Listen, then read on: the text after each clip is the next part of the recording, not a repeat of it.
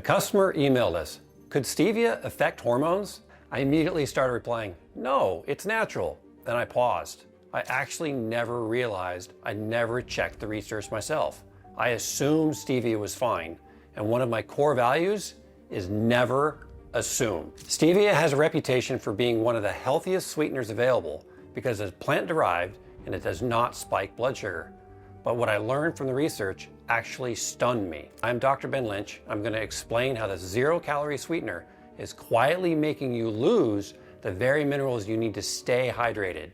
But first, we need to understand, why does everyone think it's safe? Most of us have been taught that when an ingredient is natural, plant-based, and calorie-free, it's automatically safe and healthy. Stevia fits perfectly into this narrative. But safety in nutrition is usually defined at the population level. An ingredient doesn't harm most people, but not everybody's body responds the same. For years, stevia has been marketed as the ideal replacement for regular sugar. It shows up in your protein powders, your drinks, supplements, snack bars, and products designed for people trying to improve their health. When I first started using stevia in products, choosing it felt like the obvious, responsible choice. And for a long time, everything seemed fine. The taste was good, and there was never any doubt. But then that customer's email came in, and that led me to dig into the research on stevia itself. What I found changed my perspective, and it explains why stevia makes you pee more. When I started researching stevia, I found a study published in the journal Phytomedicine that showed that stevia extract does not just pass through your body harmlessly. It actually makes your kidneys dump sodium. The research showed that stevia affects specific cells in your kidney tubules, the tiny tubules that decide what to keep and what to throw away. These cells start releasing more sodium than they should. And when you lose sodium, water follows. It is basic physiology. Your body cannot hold on to water without enough sodium to keep it there. So stevia doesn't just sweeten your drink or your food. It tells your kidneys to throw away the very minerals you need to stay hydrated. This explains something I had noticed, but I never connected it. Consuming stevia-sweetened products, I found myself urinating more frequently and feeling thirsty despite drinking fluids. But not everyone experiences this, which made me wonder, why do some people react and some don't? Well, some people, including me initially, didn't really pay attention that they were actually peeing more. They just had to pee, so they peed. They didn't stop and think, "Oh, I'm actually peeing more since I started using stevia-containing products." It's not the first thought that goes through your head, but I knew that couldn't be the only reason. And that's when I shifted from looking at stevia alone to looking at the people using it. In physiology, the same input can produce very different outcomes depending upon your biology and your genetics. Some people can drink coffee late at night and sleep fine. Others, like me, feel jittery from half a cup at noon. Same caffeine, completely different response. Some people can skip meals and function normally, while others feel shaky and hangry within hours. Same trigger, massively different responses. When stevia affects kidney function, it's not creating a brand new problem. It's amplifying something that's already there for certain people. And genetics plays a big role. There are two key genetic factors that explain why stevia hits some people harder than others. First, the cortisol protection system. Your kidneys have a protective enzyme called 11-beta-HSD2. Think of it as your security guard. This security guard's job is simple.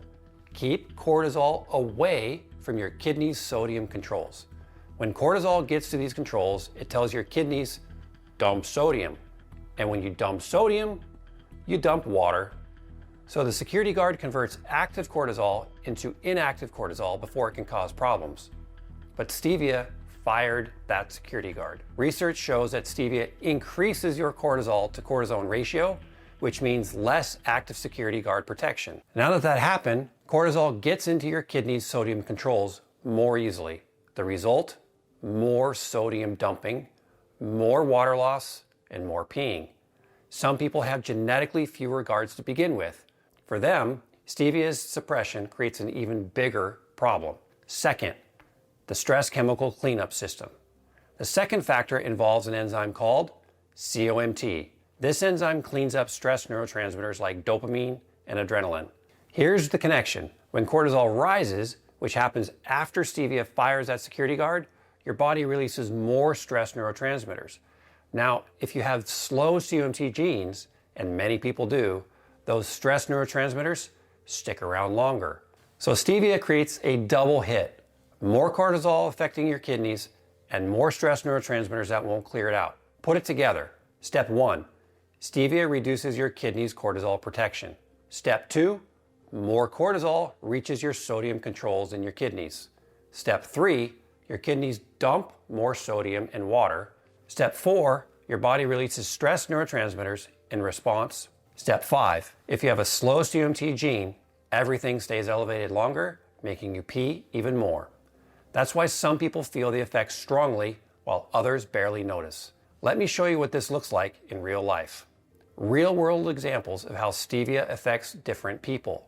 Person 1, the lucky one. Low stress levels, normal 11-beta HSD2 protection, fast COMT genetics. This person drinks a stevia-sweetened protein shake after workout.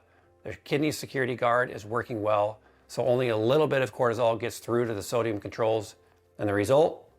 They notice maybe slightly more urine volume, maybe pee a little bit more than usual, but overall they feel pretty good. A fast COMT clears any stress neurotransmitters quickly, and for them, stevia seems harmless. They don't notice much. Now, person 2 is a struggling one. Worked at higher stress levels, work deadlines, poor sleep, training hard, and the same stevia drink. But now their baseline cortisol is already elevated. When stevia fires their kidney security guard, more cortisol floods into the sodium controls, and with slow COMT variants, which many people have, the stress neurotransmitters stick around longer, and the result? They pee constantly. Despite drinking electrolytes, they get muscle cramps from sodium loss, they feel fatigued, and they get dizzy when they stand up. Their body is dumping the very minerals they're trying to replace. For them, stevia made them pee even more, causing them to downward spiral even faster. Here's the kicker. Person 1 can become person 2 just by having a stressful day, traveling, or not sleeping well. And person 2, well, they can become person 1 when life calms down. The stevia stays the same. Your internal biology changes everything. Once I understood these real-world examples, I had to make a decision about stevia. And that's why I decided to remove stevia completely. This was not a quick decision. Stevia has a strong reputation because it keeps sugar out of formulas. From a product development perspective, it solves many problems at once. Removing it means I had to reformulate flavors from scratch. I had to find a new ingredient. I had to find new ingredient partners. I had to retest batches, and I had to investigate significant time and cost into this change. But once I understood the research, the decision was clear.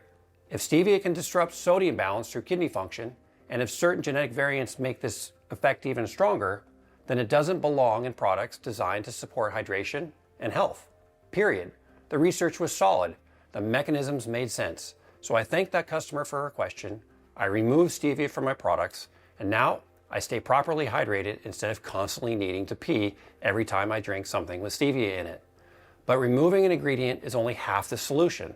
The next question was, what replaces it? The goal was to find something that provides sweetness without interfering kidney function. Monk fruit was the obvious choice. Monk fruit contains compounds called mogoside that provide intense sweetness, actually sweeter than stevia, but they don't activate the same kidney signaling pathways. The research on monk fruit shows it's processed differently by the body. It does not trigger that same sodium wasting effect in the kidney tubules. After reformulation, our products now use monk fruit without stevia, and the results speak for themselves. Proper hydration without the urination. But the bigger lesson goes beyond just switching sweeteners. What this means for you.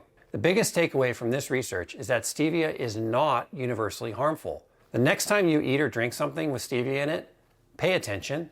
Now, did you pee quickly afterwards? Do you have more volume in your urine? Peeing more frequently for an hour or two after ingesting stevia? If yes to any of these, you're like me. You gotta cut out the stevia and switch to monk fruit. Ingredients marketed as healthy are not automatically physiologically neutral. Hydration isn't just about how much water you drink, it's about how well your body can hold on to that water.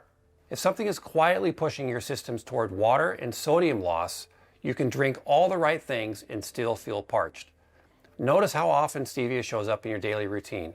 Read the labels on your protein powder, the drinks, the supplements, snack bars.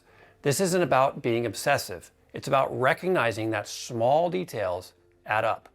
Once you notice the pattern, hydration becomes much easier to achieve. If you found this surprising, you'll want to see my next video where I explain why your body might be more sensitive to EMF more than you realize. The mechanism will shock you.